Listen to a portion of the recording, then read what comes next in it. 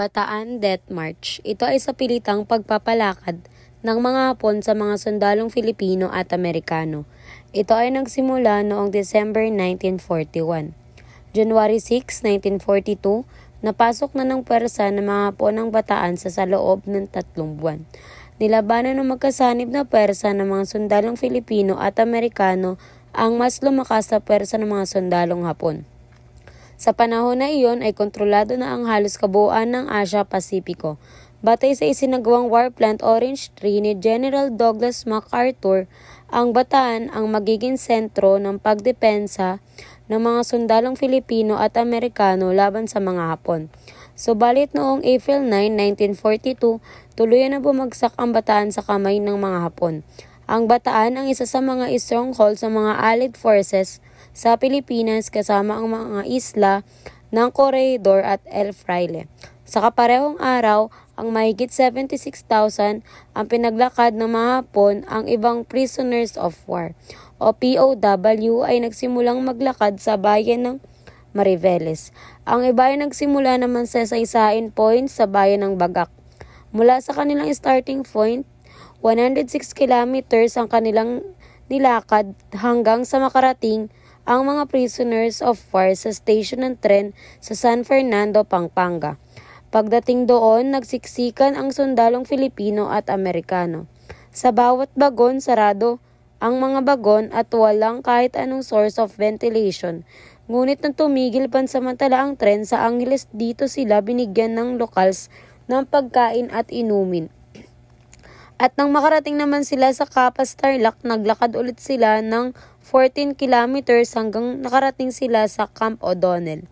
Sa kabuuan, nasa 160 kilometers ang tinahak ng mga sundalong Filipino at Amerikano. Bihag ng mga Hapon. Ang starting point ay sa Mariveles, pinapaniwala ang nasa mahigit kumulang 10,000 hanggang 18,000 na mga Filipino at 650 naman na Amerikano ang namatay. Mariveles, Bataan. Ito ang monumento ng Kilometer Zero kung saan dito nagsimula ang Death March noong panahon ng Japanese occupation. At sa likod nito ay mayroong makikitang plaque na nagmamarka sa mga sundalo na namatay noong World War II sa Pilipinas. Narito ang iilang monumento na makikita sa Bataan.